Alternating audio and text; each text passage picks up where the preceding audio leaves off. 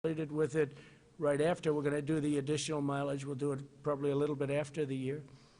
I think from what I've heard, Joe Biden, Sleepy Joe, wants to rip the wall down. He wants people to pour into our country. They want to have open borders. We don't want to have open borders. So the Democrat bill includes stimulus checks for illegal aliens. They require the mass release of illegal aliens from detention. They also compel the mass release of inmates, including serious felons. How do you like that one? And this is in the bill that we're talking about. What does this have to do with stimulus, the economy?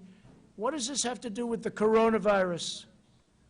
Know the name? What does this have to do with this? So think of that. They required the mass release of illegal aliens from detention.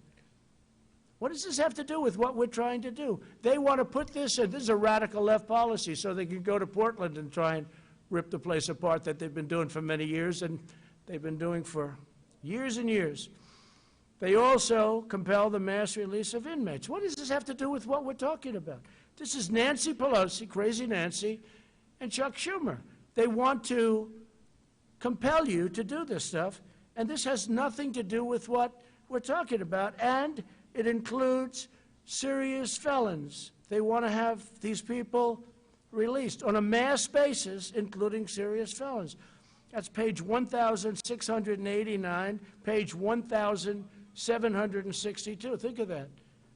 1,762, and that's nowhere near the end of their bill. They have things in there that nobody has even had the time to look at or read. These people, I honestly don't believe they love our country. You want to know the truth. In addition to demanding these extreme partisan provisions, Democrats are actively blocking the following measures: support for K-12 schools to help them safely open, additional funding for the Paycheck Protection Program to help millions of workers on the payroll. These are a great program, very successful, kept a lot of businesses open. That's why we're doing so well in reopening our country. Additional money for hospitals, testing, and vaccines. Direct payments of $3,400 for a family of 4. Now remember, this is what the extreme partisans, this is what we're talking about. Democrats are actively blocking the things that we want. And what we want is good for people. These are things that they're blocking. Support for K-12 schools so they can open. Think of that. Also, direct payments of the $3,400 for a family of 4 plus. Then funding for child care and mental health care. And you need that, especially when you have so much of a lockdown. You need that. Mental health care. Funding for broadband, airports, and agriculture. Rental assistance, and support for community banks and credit unions to help them provide $100 billion in loans to the hardest hit communities, including rural communities and farmers. They don't want anybody to get that. Democrats are obstructing all of it. Therefore, I'm taking executive action. We've had it. And we're going to save American jobs and provide relief to the American workers, and I'll be signing these bills in a very short period of time.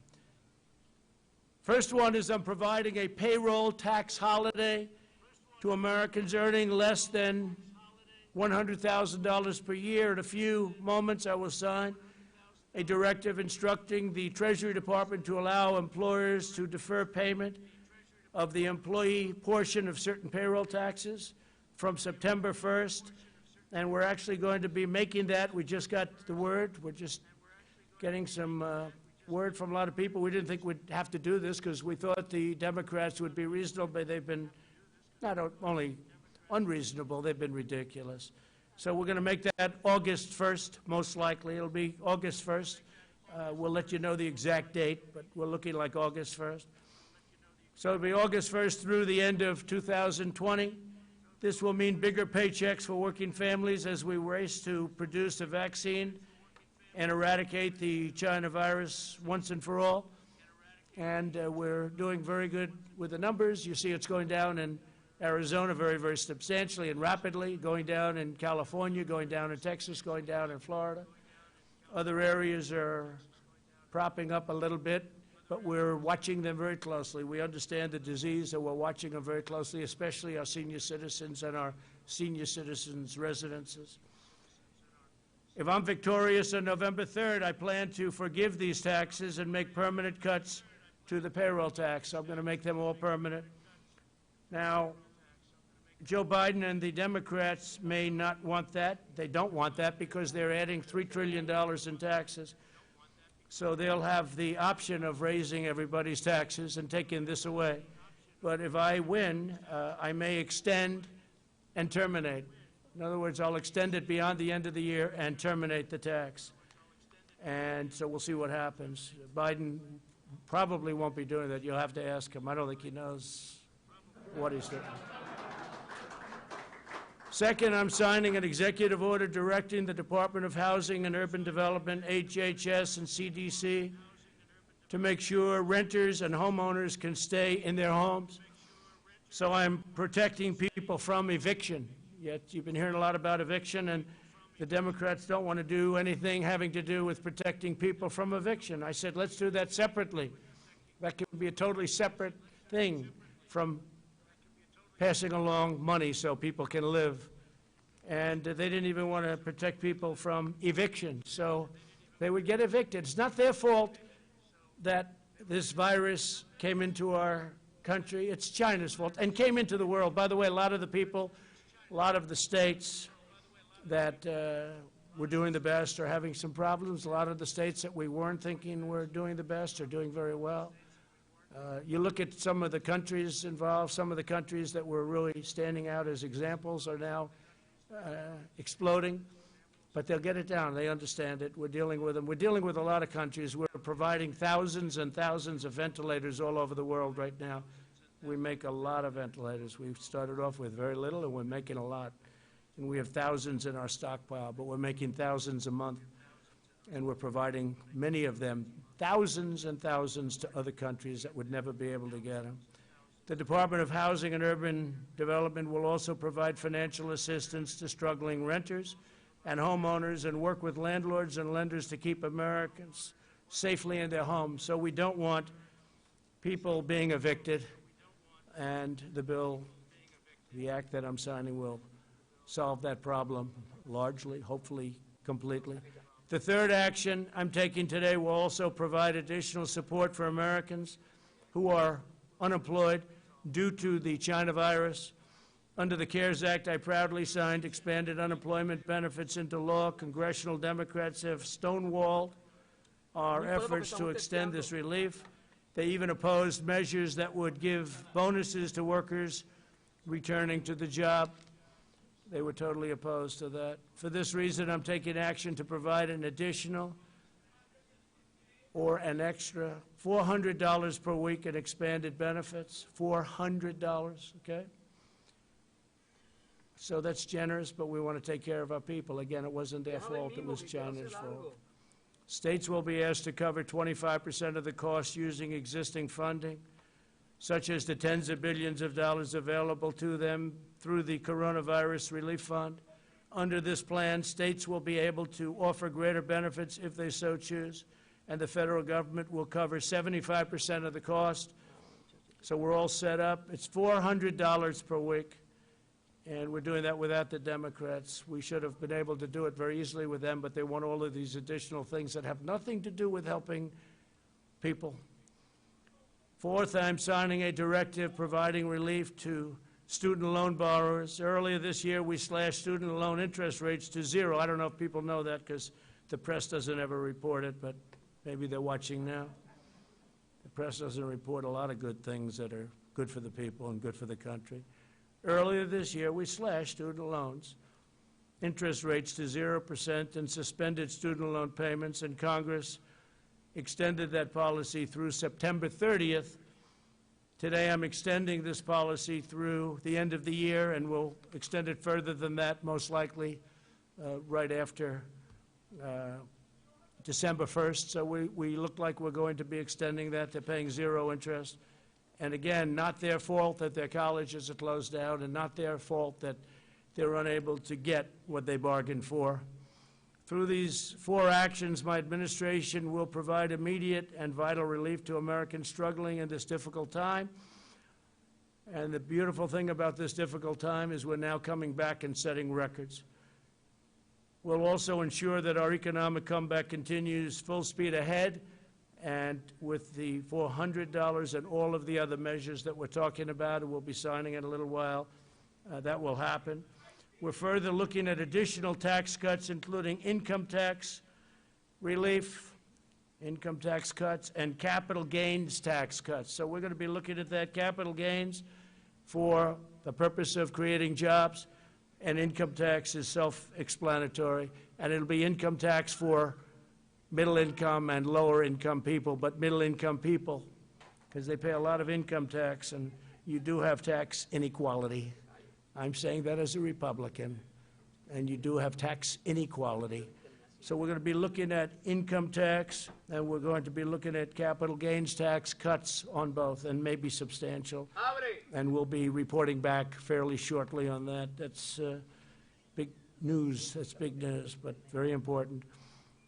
We want to have our jobs flourish. We want to have our companies do great. We want to have the 401ks, which are now at a level, if you look at the stock market, it's great. If you have stocks in NASDAQ, you're higher than you ever were, including, even this is still during the pandemic, the stock market, because they see such incredible things happening, smart people, the stock market is at almost an all-time high. We're just short of it, and NASDAQ is higher than it ever was.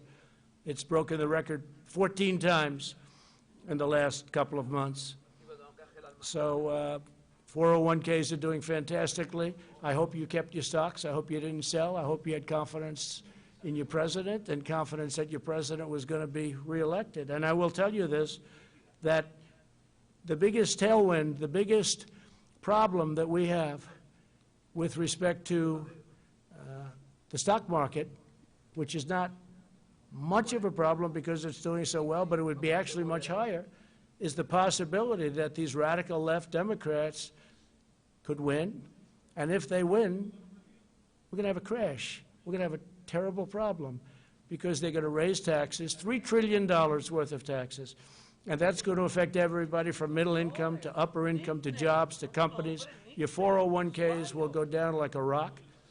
Your stocks will go down like a rock. You know, and don't forget, these big companies, you have stocks in these companies. You know, you own stocks.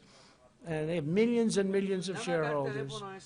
And whether it's pension funds or anybody else, you all have stocks. So they're big companies, but a lot of people own that stock, and we want to keep it going. But we do have, I guess you could say, not a tailwind, it's a headwind, I guess would be a better description. But it is, it's a headwind. And when you think of it, that's, in my opinion, it would be much higher. But you look at what they want to do. They want to raise everybody's taxes, everybody. And they want to do the Green New Deal, which will decimate our country and decimate. It's ridiculous, too. It's childish. I actually say the Green New Deal is childish. It's for children. It's not for adults.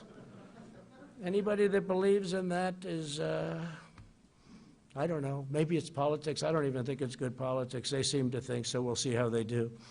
But I don't think it's good politics, that it'll decimate our economy.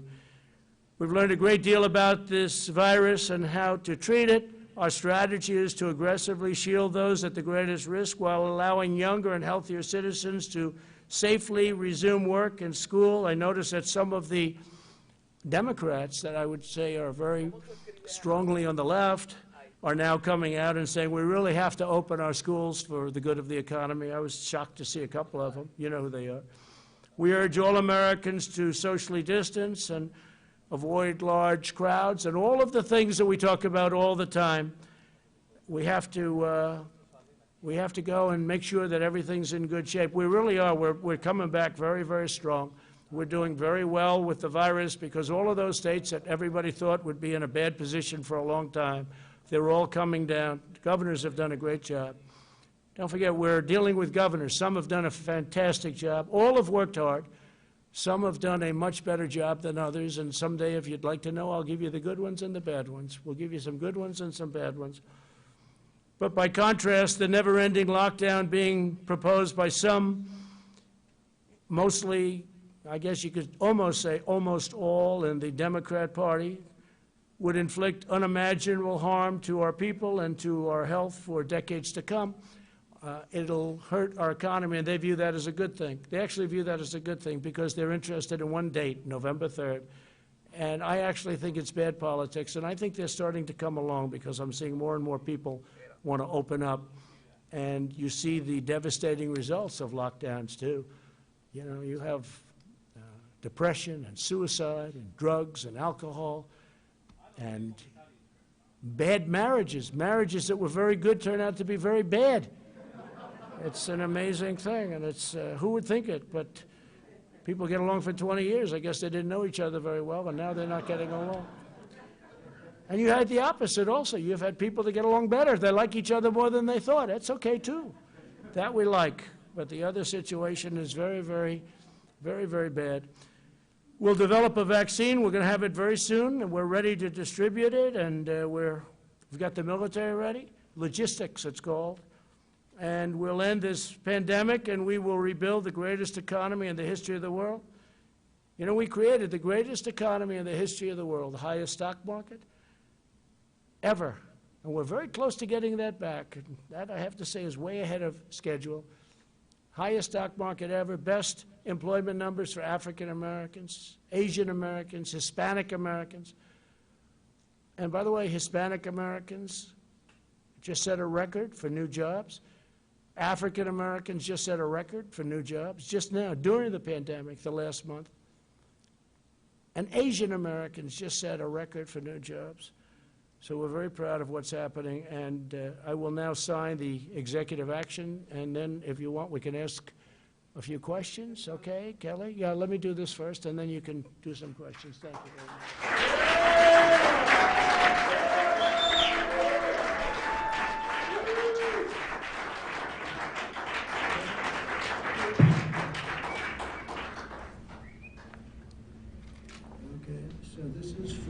The authorization of other needs assistance program, major disasters declaration related to the coronavirus disease.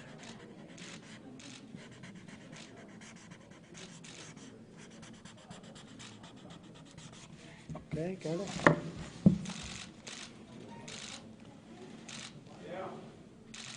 Okay.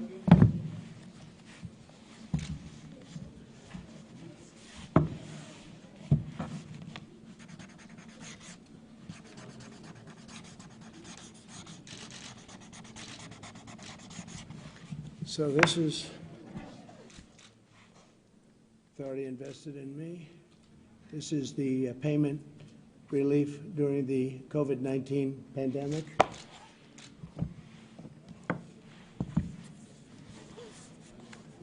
This is fighting the spread of the COVID-19 by providing assistance to renters and homeowners. We're doing assistance.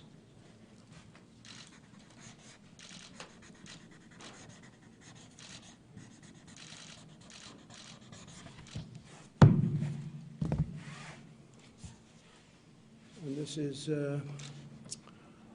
deferral payroll tax obligations. So this is your payroll tax obligations, which we're going to end up terminating eventually, right?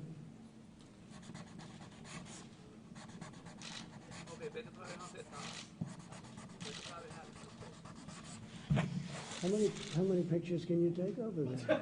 I mean, you're taking hundreds of pictures. What are you doing? Okay. I will. So that's the story. Would anybody like a pen? Would anybody like a pen? I do. Would anybody? Why don't we hand these? We'll hand these out to you in the back. Okay, fine.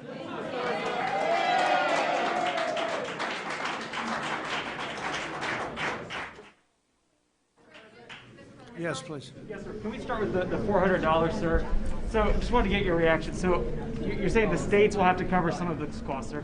Which governors have told you that they would sign on to Well, this? if they don't, they don't. That's up to them. But if they don't, they don't. That's going to be their problem. I don't think their people will be too happy. They have the money, so I don't think their people will be too happy. But if they don't, they don't. But again, the states have the money. It's sitting there. All right, Kelly. Why did you decide on $400 when previously families were receiving $600? Yeah. That will be a hardship for many. What do you say to them? Well, no, it's not a hardship. This is the money that they need. This is the money they want, and this gives them a great incentive to go back to work. So this was much more than was originally agreed. The 600 was a number that was there, and as you know, there was difficulty with the 600 number because it really was a disincentive. Yeah, go ahead, please. Sir, the payroll tax cut was opposed by both parties on Capitol Hill. Can you give your rationale as to why you think that's so important, particularly since it doesn't help Americans who currently don't have jobs? It helps people greatly. It helps our country get back, and anybody that would say anything different, I think, is very foolish. Everybody wanted it. By the way, the Democrats want it. The Republicans want it. They just couldn't get it. They just couldn't come to an agreement, but everybody wants it. And the very important thing is the people want it, and the people need it, actually. Yeah. Mr. President, you said that this will pretty much take care of the entire situation, but as you said, there's not money for reopening schools, other important items. Is your administration willing to go back to Democrats to try to actually negotiate? Well, the answer is yes, but we have money to do other things. We have a lot of money that was unspent, and we'll be able to do things with the money that was unspent. We have significant money that was unspent, and we will be able to use that for different purposes. Go ahead. Mr. President, when will this relief get in the hands of Americans that need it? What date? We think it's going to be very rapid. We want it to be very rapid. It's going to be distributed in a way that, whichever the fastest way, there are various methods, and it will be rapidly distributed. You're also expecting legal challenges with this, right? I didn't say that. No, I didn't say that. Yesterday, sir, you said that you were expecting legal. What I said is people can do whatever they want. I guess maybe they'll bring legal actions, maybe they won't, but they won't win.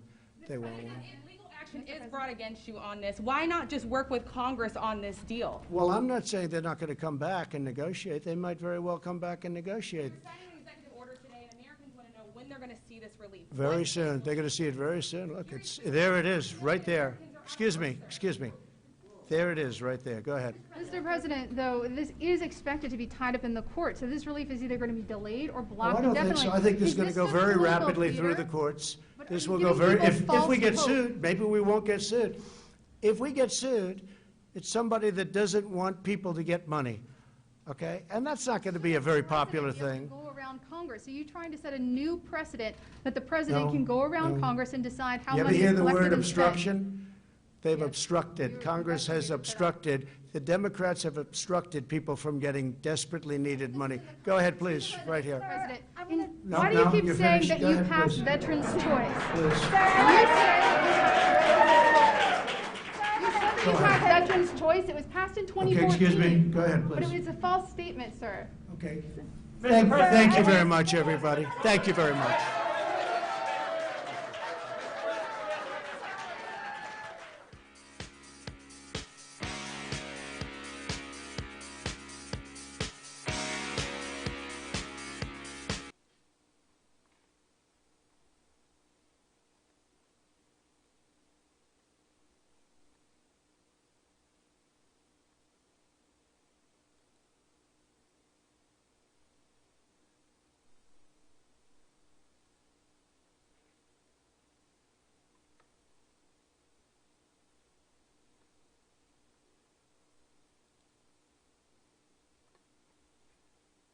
I figured that's fine.